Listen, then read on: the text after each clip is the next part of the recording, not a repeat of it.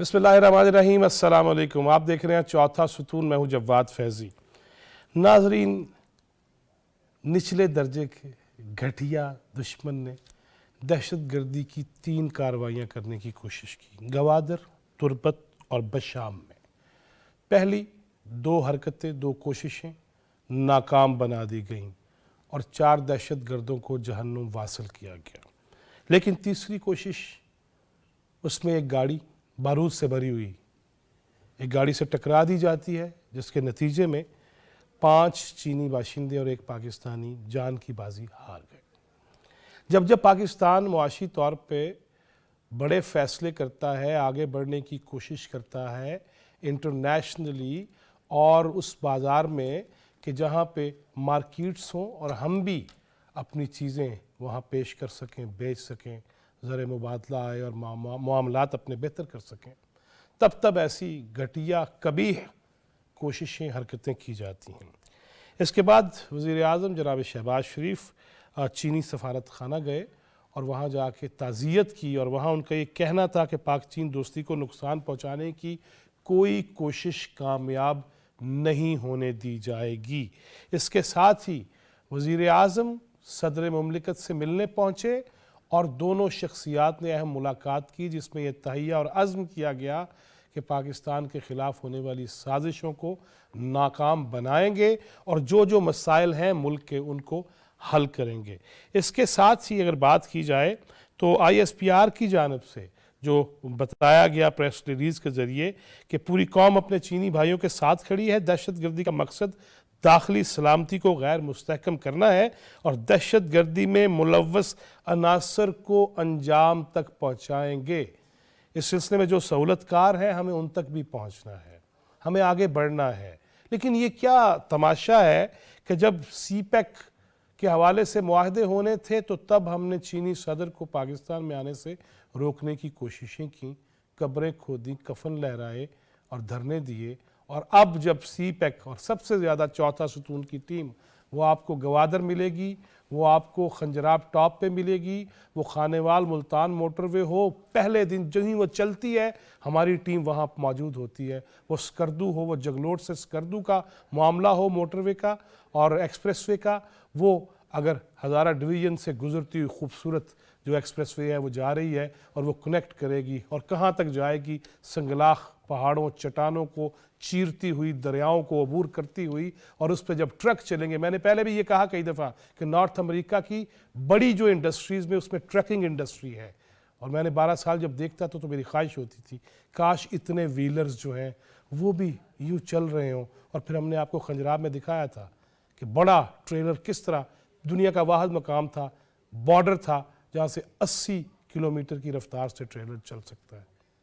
کیوں نہیں ہونے دیا جا رہا؟ اسی پہ بات کریں گے۔ معیشت کو کمزور کرنے کی سازشیں وہ ناکام بنانا ہوگی۔ میرے ساتھ اسٹوڈیوز میں تشریف رکھتے ہیں جناب ہمایوں اقبال شامی صاحب، بہت شکریہ آپ کے آنے کا۔ ہمیں جوائن کیا ہے سینئر صحافی تجزیہ کار جناب رضوان الرحمان رضی صاحب نے، بہت شکریہ رضی صاحب آپ کے وقت کا۔ ہمارے ساتھ ہیں لاہور اسٹوڈیوز سے جناب آغا اقرار ہارون، اور ہمارے ساتھ ہوں گے سینئر صحافی تجزیہ کار جناب عقیل یوسف زئی۔ میں اجازت ہو شامی صاحب، میں رضوان رضی صاحب سے شروع کرنا چاہوں گا۔ رضی صاحب، یہ 3 کارروائیوں کی کوششیں 2 ناکام ہو گئیں، لیکن اس سارے معاملے پہ اگرچہ ہماری فوجی قیادت ہو،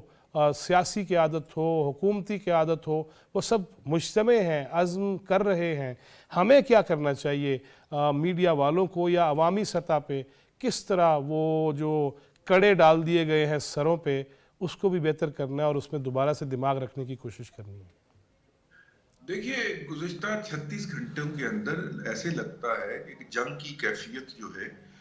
وہ پاکستان کے اوپر مسلط کرنے کی سازش کی جا رہی ہے۔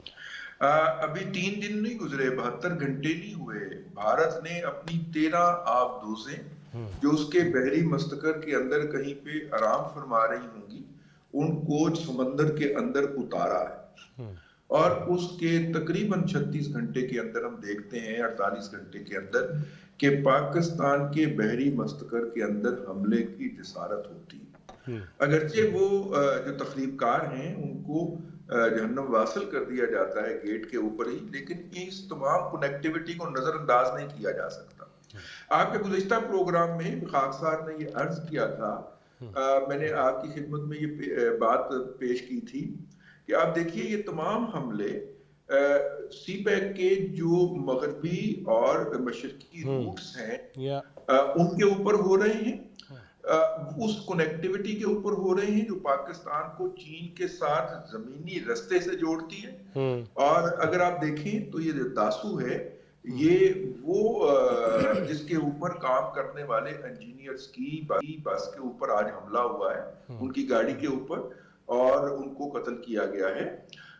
یہ وہ داسو ہے جس پہ ایک دفعہ پہلے بھی حملہ ہوا تھا بالکل ہوا تھا گزشتہ دور کے اندر، اور اس میں بھی چینی اہلکاروں کی، چینی انجینئرز کی، ہمارے بھائیوں کی اسی طرح کی اموات جو ہیں وہ رپورٹ ہوئی تھی۔ اس کے اندر کنیکٹیوٹی ہے، یہ تمام جو ہے جیسے ہی ہم پاکستان کے اندر ہم نے اعلان کیا کہ ہم سی پیک کا دوسرا مرحلہ شروع کرنے والے ہیں، اس کے ساتھ ہی ان حملوں کا آغاز ہو گیا۔ یہ باتیں قوم کو بہت کچھ سمجھانے کے لیے کافی ہیں کہ کون سے لوگ ہیں جو پاکستان کی معیشت کی بحالی نہیں چاہتے، جو پاکستان کی معیشت کے اپنے پاؤں پہ کھڑا ہونے نہیں دینا چاہتے۔ دیکھیے یہ والی کڑیاں اگر آپ 126 دن کے دھرنے پہ لے کے جائیں، جب چین کے صدر جی پنگ صاحب نے پاکستان میں تشریف لانا تھا، صدر شی نے، اور ان کا رستہ روکا گیا،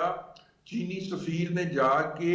ایک سیاسی لیڈر سے جو کہ دھرنا دے کے بیٹھے ہوئے تھے ذاتی طور پہ ریکویسٹ کی تھی کہ آپ یہ دھرنا نہیں اٹھائیں گے تو ہمارے صدر کا دورہ ملتوی ہو جائے گا۔ اس ریکویسٹ کے باوجود بھی انہوں نے دھرنا اٹھانے سے انکار کر دیا تھا، اور وہ پروجیکٹ جو 2014 میں شروع ہونا تھا وہ 2015 کے آخر تک تاخیر کا شکار ہوا تھا، اگر آپ کو یاد ہو۔ جی یاد نہیں ہے، ہم رضی صاحب ہم نے بھگتا ہے، یا تعفن، یا جو چیزیں تھی آپ کو یاد ہے وہ تو میں بیان بھی نہیں کر سکتا۔ آقا اقرار ہارون ہو، عبدالقیوم صدیقی ہو، بھی اکٹھے یہاں پھرتے تھے، ان چیزوں کا نام نہیں لیا جا سکتا جو تعفن کی وجہ تھی یہاں پہ۔ جی بالکل، ان کا نام بھی نہیں لیا جا سکتا، ان کا ذکر بھی نہیں کیا جا سکتا کہ اخلاقیات بھی اور شرفا کی ہاں بھی اس طرح کی باتوں کا تذکرہ بھی جو ہے وہ کبھی سمجھا جاتا۔ لیکن آپ دیکھیے کہ ان تمام فوکس کا، بھلے وہ دھرنا ہو، بھلے وہ دھماکے ہوں، ان تمام کا فوکس ایک ہے کہ کہیں کسی طور پہ پاکستان معاشی طور پہ آگے نہ بڑھے۔ صحیح۔ ہم دیکھتے ہیں کہ پاکستان سے، آخری بات، پاکستان سے ڈالر کی سمگلنگ ہوتی ہے، اوپن مارکیٹ کی مینوپولیشن ہوتی ہے، ڈالر کی قدر کو اوپر لے جایا جاتا ہے، اور پھر حافظ سید آصف منیر صاحب کو یہ کہنا پڑتا ہے کہ ہمیں جو ہے وہ ڈالر کی سمگلنگ آج سے رک جائے گی، اور اس کے بعد ہم نے دیکھا کہ پھر ڈالر جو تھا وہ اپنی جگہ کے اوپر اسٹیبل ہو گیا۔ تو مطلب یہ کہنے کا کہ یہ بڑی کوارڈینیٹڈ ایفرٹ ہے، اور قوم کو یہ کوارڈینیٹڈ ایفرٹ جان کے اس کو سبورٹ کرنے کے لیے یکجان ہونا پڑے۔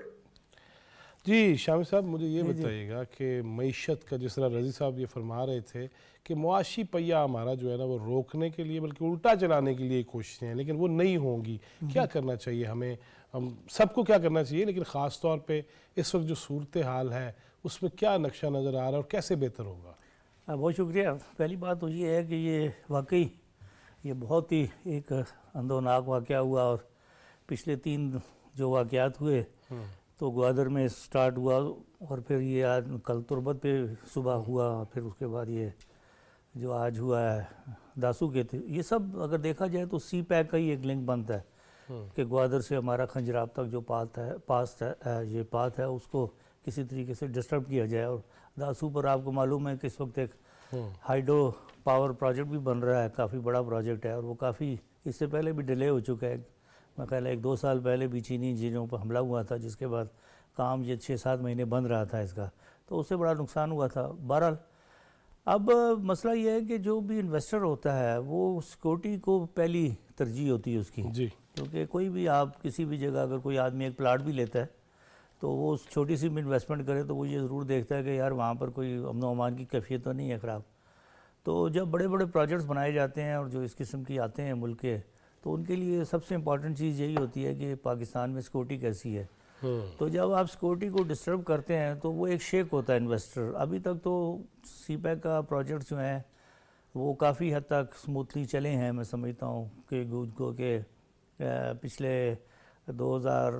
پیریڈ میں کوئی تھوڑا سا ڈیلے بھی ہوا ہے، جس کی وجہ سے ہمارا وہ جو فیز 2 تھا جو 2020 سے شروع ہو جانا چاہیے تھا وہ ڈیلے ہو گیا، وہ تقریباً 2023 یہ تو میں رضی صاحب نے بیان کیا ہے. تو آئیڈیا کیا ہے، بہتر کیسے ہوگا وہ بتائیے نا. بہتر کرنے کی تو دیکھیں ابھی صورتحال تو یہ نہیں. سیکورٹی کو آپ کو جس طریقے سے آپ کو چیلنجز سب کو معلوم ہے کہ یہ حملے جو ہیں آپ دیکھیں تو بلوچستان اور فرنٹیئر کی بیلٹ کے اوپر ہو رہے ہیں یہ سارے کے سارے. ابھی ہم نے جس طریقے سے وہاں پر طریق طالبان کا جو مسئلہ تھا وہاں سے، اور یہ اگر آپ دیکھیں جو گوادر، میں کیونکہ گوادر میں ابھی رہا ہوں، میں گوادر پورٹ اتھارٹی کے ساتھ میں نے کام کیا ہے، میں نے 2006-07 کے اندر، تو مجھے اس چیز کا معلوم ہے. تربت تو ذرا تھا ہٹ کے ہے، گو کہ اندر کی طرف ہے، سمندر کے اوپر نہیں ہے. لیکن یہ جو آپ کا ہے، یہ جو گوادر ہے اور اس کا جو وہ ایک مطلب گوادر پورٹ اتھارٹی کا آفس تھا، اور وہاں پر کوئی زیادہ بڑی بلڈنگیں گورنمنٹ کی ہیں صحیح ہے جی، نہیں، اس لیے وہیں پر ان کو بنایا گیا، اسی لیے ان کو بنایا گیا صحیح. وہاں چلیں پر. جی بات کرتے ہیں. عقیل یوسف زئی صاحب سن پا رہے ہیں آپ؟ بالکل. السلام علیکم جی. وعلیکم السلام. عقیل یوسف زئی صاحب آپ فرمائیے گا، اس کے بعد پھر میں آغا صاحب کی طرف بھی بڑھتا ہوں کہ یہ بتائیے کہ بات یہ ہو رہی ہے کہ جب چینی صدر نے آنا تھا تو اور اب جب سی پیک کو دوبارہ سے ہم فعال کر رہے ہیں، اس میں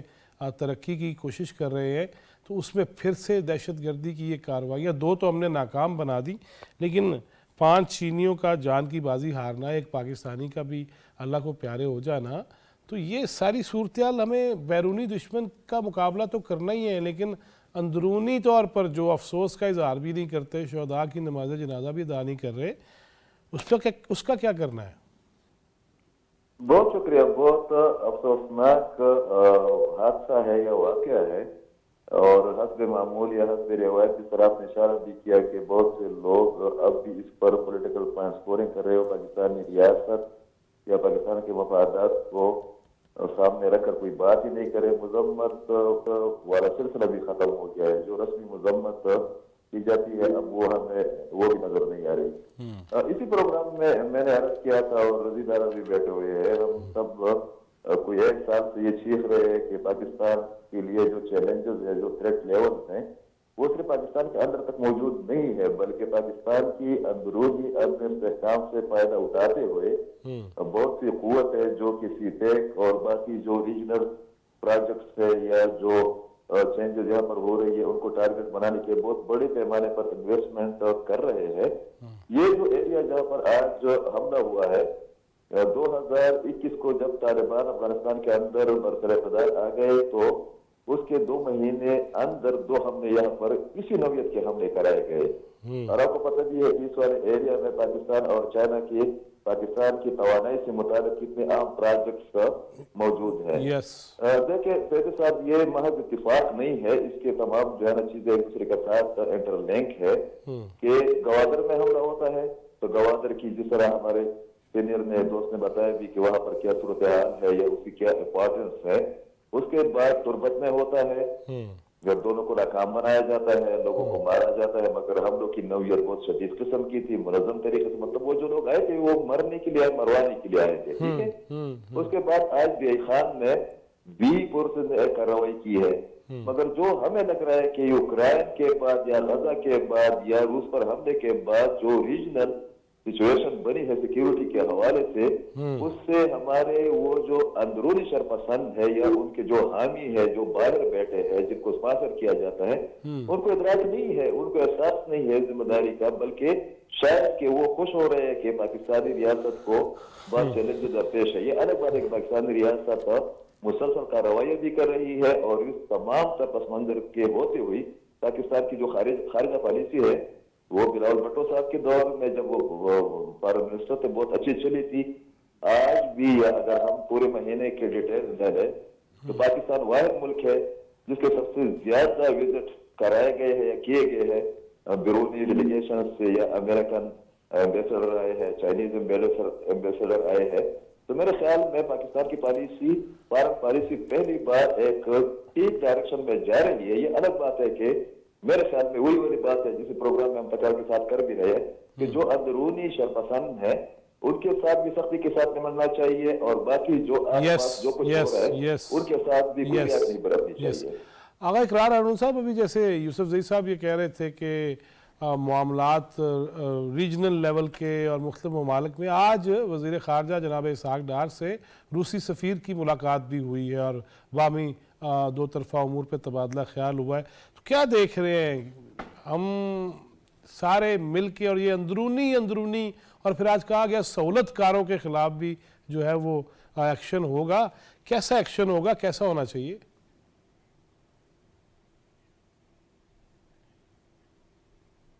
بہت شکریہ آپ کا فیض صاحب. اگر آپ اجازت دیں تو تھوڑا سا اس کے ڈائمینشن ہمیں دیکھ لیں. جس طرح بات یوسف زئی صاحب نے کی ہے کہ یہ صرف ٹارگٹ سی پیک نہیں ہے، ٹارگٹ پورا پاکستان ہے. اور جو ابھی واقعہ آپ نے بتایا کہ جس طرح فار ایگزامپل آج میٹنگ ہوئی ہے اور انہوں نے وزٹ کیا ہے رشیا کے ایمبیسیڈر نے، وہ تو ایک آفیشیل سٹیٹمنٹ آئی گیا، لیکن میرا ذاتی خیال یہ ہے کہ وہ اپنی کنسرن شو کرنے آئے تھے کہ افغانستان میں کیا ہو رہا ہے. اور اس سے دیکھیں جو اس نے داعش نے جس سیکٹر نے یہ قبول کی ہے ذمہ داری، وہ سارا لنکڈ ہے افغانستان کے ساتھ. اور اس میں جو 4 لوگ ابھی تک گرفتار ہوئے ہیں، ان میں سے 2 جو ہیں وہ ایک سینٹرل ایشیا ریپبلک جس کا بارڈر افغانستان کو لگتا ہے وہ ہیں. اور ان سے انویسٹیگیشن سے یہ بات سامنے آئی ہے کہ ان کی ٹریننگ اور ان کی موجودگی افغانستان میں رہی ہے. تو اس سے بات اس نظر آ جاتی ہے کہ افغانستان ایک دفعہ پھر سے گلوبل ٹیررزم کا جو ہے وہ لانچنگ پیڈ بن چکا ہے. اور ریسنٹلی آپ نے ایک ویڈیو دیکھی ہے جو ریلیز ہوئی ہے اپنا سوشل میڈیا پہ، اس میں ہمیں یہ صاف نظر آ جاتا ہے کہ افغان طالبان کا جو کچھ فیکٹرز ہیں وہ ٹی ٹی پی کو صرف سپورٹ نہیں کر رہے ہیں، ہوسٹ نہیں کر رہے ہیں، بلکہ وہ خود ڈائریکٹلی پاکستان کے اوپر حملہ آور ہیں. یہ ایک نیا ڈائمنشن سامنے آیا ہے فیض صاحب جو بہت خطرناک ہے. اور اگر اب اس کو ڈیٹیل دیکھیں اس ریجن کی، یہ جو واقعہ بشام میں ہوا ہے، دیکھیں بشام، چلاس، خازہ خیلہ اور داسو، یہ ہمیشہ سے ٹی ٹی پی کے بہت سٹرونگ ہولڈ رہے ہیں جب تک ٹی ٹی پی کو پاکستان میں ختم نہیں کر دیا گیا تھا. اور ان کی ایک لنکیجز ہے اور یہ یہاں وارداتیں کرتے ہیں بابو سر پاس پہ، چلاس میں، داسو میں، اور یہ افغانستان بھاگ جاتے ہیں. اور آپ نے بھی یہ کہا تھوڑی دیر پہلے کہ کچھ لوگوں نے تو مذمت بھی نہیں کی. وہ کیوں مذمت کرتے؟ وہی تو وہ لوگ تھے جنہوں نے ان کو واپس ٹی ٹی پی کو پاکستان بلایا اور یہاں پہ ان کو رکھا. صحیح. اور بدقسمتی یہ دیکھیے کہ جو سی پیک کی آپ بات کر رہے ہیں، وہ سی پیک سارا کا سارا اسی علاقے سے نکل کے آنا ہے جہاں پہ وہ لوگ موجود ہیں جو افغانس کو ہاربر کرتے ہیں، ہوسٹ کرتے ہیں. یہ پورا چلاس، داسو، خازہ خیلہ، بابو سر پاس، یہ وہی علاقے ہیں جہاں پہ آپ کو یہاں کہتا ہے بابو سر پاس میں کئی بسوں میں حملہ ہوا ہے، سینکڑوں لوگوں کو قتل کیا گیا، شہید کیا گیا. ایسے ہی ہے. اور یہ 2021 کا جو واقعہ ہے ہمارے سامنے چائنیز کا، ٹھیک ہے آغا صاحب واپس بھی آؤں گا آپ کی طرف میں. رضوان رضی صاحب، جس طرح آغا صاحب کچھ ڈیلے ہے اس لیے آواز چونکہ آہستہ پہنچتی ہے دیر سے، مجھے یہ بتائیے گا رضوان رضی صاحب کہ ویسے تو یہ میں یوسف زئی صاحب سے بھی پوچھوں گا کہ اگر یہ سارے علاقوں سے موٹر ویز نکل رہے ہیں، سی پیک نکل رہا ہے، تو پھر وہاں کے لوگ کیوں نہیں پوچھتے کہ یار ہمارے علاقے میں بھی کوئی تعمیر و ترقی ہونے دیں، کچھ جواب ملنے دیں؟ آپ بھی ذرا اس کا جواب دیجئے، پھر یوسف زئی صاحب سے بھی پوچھوں گا میں. دیکھیے، اگر ہم وہاں کے لوکل ڈیموگرافی کو دیکھیں اور وہاں کے لوکل لوگوں سے بات کریں تو وہ ہمیں بتاتے ہیں کہ یہ پہاڑوں سے کچھ لوگ اتر کے آتے ہیں اور یہاں پہ آ کے یہ کاروائی کر کے دوبارہ پہاڑوں کو کراس کر کے پرلی طرف چلے جاتے ہیں. پرلی طرف وخان کا علاقہ ہے. وخان کا علاقہ کبھی افغانستان کے اپنے کنٹرول میں بھی نہیں رہا، اور وخان سے بالکل پرلی سائڈ کے اوپر تاجکستان واقع ہے، اور تاجکستان کا وہ دور دراز علاقہ جو مرکزی حکومت کے دستبرد سے دور ہے. تو یہ پناہ گاہ ہے اس طرح کے مرسنریز کا جو کرائے کے اوپر تخریب کاری کی سرگرمیاں کرنے کے لیے اس علاقے کے اندر دستیاب رہتے ہیں. لیکن ایک بات ہمیں نظر انداز نہیں کرنی چاہیے, اور وہ یہ ہے کہ ہمارے ہمسائے ملک کے اندر الیکشن بھی ہو رہے ہیں, اور ان الیکشن کے اندر بڑکے مارنے کے لیے جناب مودی صاحب کو اس طرح کی بہت ساری چیزوں کی ضرورت ہوگی کہ انہیں کوئی نہ کوئی الیکشن میں جانے سے پہلے کوئی تمغہ ان کے سر کے اوپر سجایا جائے. اس بات کو بھی نظر انداز نہیں کیا جا سکتا. جس طرح ان کی 13 آبدوزیں سمندر میں اتری ہیں اور ہمارے بحری مستقر پہ حملہ ہوا ہے, اس کو اگر ذرا ان کے ساتھ ملائیں کہ وہ داسو کے اوپر ایک خاص اعتراض رکھتا ہے بھارت, اور انہوں نے کہا ہے کہ وہ یہ ڈیم نہیں بننے دیں گے ان کے متعدد حکام نے, تو اس کو ذرا اس سے کنیکٹ کریں تو آپ کو فوری طور پہ سمجھ آ جاتا ہے کہ یہ ٹانڈے کہاں سے ہلائے جا رہے ہیں, یہ تانے کہاں پہ ٹوٹ رہی ہیں. اچھا جی, یہ بتائیے گا ہمایوں صاحب کہ یہ جو ہمارے اندرونی یہ افسوس نہیں, شہداء کی نماز جنازہ نہیں پڑھنے جانا, اس پہ اظہار تعزیت نہیں کرنا, دہشت گردوں کے خلاف بات نہیں کرنی, پھر ابھی شرکاء نے بتایا کہ کس طرح دروازے کھولے گئے طالبان کے لیے اور کالعدم جو تحریک ہے اس کے لوگوں کے لیے, اور لائسنس ٹو کل دے دینا, اس سے قوم کو پوچھنا نہیں چاہیے کہ کی کر رہے ہو یار ساڑھے ملک نہ؟ بالکل پوچھنا چاہیے جی, میں سمجھتا ہوں پوچھنا چاہیے, لیکن یہ ہے کہ حکومتیں جو بھی حکومت ان فیلڈ ہوتی ہے اس کا یہ کام ہوتا ہے کہ وہ اپنے عوام کو سیکورٹی دے, اور یہ اس کے پاس کیونکہ اختیارات ہوتے ہیں, اس کے بعد اس وقت تو یہ بھی ایک اچھی بات ہے کہ فوج اور جو آپ کی ریاست اور آپ کی حکومتیں جو ہے وہ ایک پیج پر ہے, اور دونوں کا ایک ہی مطع نظر ہے کہ سیکورٹی کی جائے, بہتر کی جائے, اور اکنامک سیکورٹی خاص طور کے اوپر ملک میں لائی جائے, کیونکہ اس کے بغیر چارہ کوئی نہیں. لیکن اب یہ ہے نا کہ اس کے اندر کہاں فالٹ آ رہے ہیں, فالٹ لائن تو دیکھیں موجود ہے یہاں پر, اس میں کوئی شک نہیں. اب یہ علاقے خاص طور پر جو افغانستان سے میں پہلے بھی بات کر رہا تھا, جو لنک ہیں, جو بھی افغانستان کے ساتھ لنک ہے, وہ بڑے دور دراز علاقے ہیں. افغانستان میں جو حکومت بیٹھی ہوئی ہے وہ آپ کے سامنے ہے, پوری دنیا ان کو تسلیم نہیں کرتی. وہ اس چیز کو بتانے کی بھی شاید یہ کوشش کر رہے ہیں پوری دنیا کے, ہمارے ساتھ بات کرو تاکہ ہم نہیں, لیکن بات یہ ہے کہ خوراک ہمارے ذریعے جا رہی ہے, ساری چیزیں ہمارے ذریعے جا رہی ہے, تو ساڑھنا تو یہ آ کرن نا. مسئلہ یہ ہوتا ہے کہ جب وہاں پر یہ چیزیں بند کی جاتی ہیں, اب مجھے معلوم ہے کہ جو وہاں جو ٹریڈ, جس کو ٹرانزٹ ٹریڈ کا نام دیا جاتا ہے, موسٹلی یہ اسمگلنگ ہے بیسیکلی, کیونکہ وہ چیز سارے ہمارے ملک میں ہی آتی ہے. لیکن اس کے باوجود ہوتا یہ ہے کہ جب بھی یہ اب جب ٹریڈ بند ہوئی ہے, آپ کے سامنے تورخم میں کتنا ہنگامے ہوئے, آپ کے سامنے چمن میں کتنے عرصے سے ابھی تک وہاں پر وہ بیٹھے ہیں. تو ہمارے اپنے ملک میں بھی تو یہ چیزیں ہیں نا جی, فالٹ لائن تو ہمارے اپنے اندر بھی موجود ہیں, ہمیں ان کو بھی دیکھنا چاہیے. اور باقی ہے جو ان چیزوں کو مطلب دونوں طرف سے دیکھنا پڑے گا. افغانستان کا تو وہ تو اوپن ہے, اس نے تو کبھی انکار ہی نہیں کیا اس بات سے کہ یہ ٹی ٹی پی اور یہ جو چیزیں دنیا بھر میں جہاں بھی دہشت گردی کے جو پوائنٹ ہیں وہ تو افغانستان کے اندر موجود ہیں, اس میں تو دوسری کوئی رائے نہیں ہے. صحیح. عقیل یوسف صاحب ابھی یہ بات کریں فالٹ لائن, اور ہمارے اندر جو ڈیفالٹ پہ بیٹھے ہوئے ہیں ان کے, وہ پہلے والی بات یہ آ گئی کہ اگر وہ چمن میں ہے یا اگر وہ کے پی کے میں ہے یا اگر کسی بھی صورت میں ہے, کسی بھی شکل میں ہے, تو بات تو پھر وہی آ گئی کہ پہلے اپنی منجی ہے نا, تو اس کے اگر نیچے ڈانگ پھیرتے ہیں تو پھر چیخیں آتی ہیں آئی ایم ایف کے دفتر کے باہر سے, پھر احتجاج آتا ہے کسی بڑے بین الاقوامی ہیڈ کوارٹر کے باہر سے. ان کا کیا کرنا ہے؟ میرے خیال میں معاملہ یہ مسئلہ اتنا سادہ نہیں ہے جتنا ہم سمجھ رہے ہیں. یہ آغا صاحب نے ایک جگہ کا نام وہ لیا, پادخیلا. اس ایریا کا وہ پادخیلا میرا گاؤں ہے, اور کوئی 2 ہفتے پہلے یہاں پر جو سواک موٹر وے کا فیز 2 ہے اس کا افتتاح ہو گیا, اور وہاں پر کام شروع بھی ہو گیا ہے. اب اس والی جو میں نے معلومات لی ہے اس کے مطابق یہ ہے کہ سی پیک کا جو پروجیکٹ ہے اس میں شاہراہ قراقرم میں جو لینڈ سلائڈنگ کا ایشو ہوتا ہے ہر وقت, اس کے متبادل کے طور پر بہت بڑی انویسٹمنٹ سواک واٹر وے کے فیز 2 پر ہو رہی ہے. اور اس کا جو پہلا فیز ہے وہ جو میرا اپنا گھر ہے پتی پل, وہاں پر جا کر وہاں پر یہ رکے گا, اور اس کے بعد یہ چائنا کو کنیکٹ کرے گا ایک اور الٹرنیٹ روٹ کے ذریعے. اب یہ وہاں اتفاق تو ہمیں نہیں لگ رہا نا کہ پادخیلا اور بساط کے درمیان 1 گھنٹے کا راستہ ہے,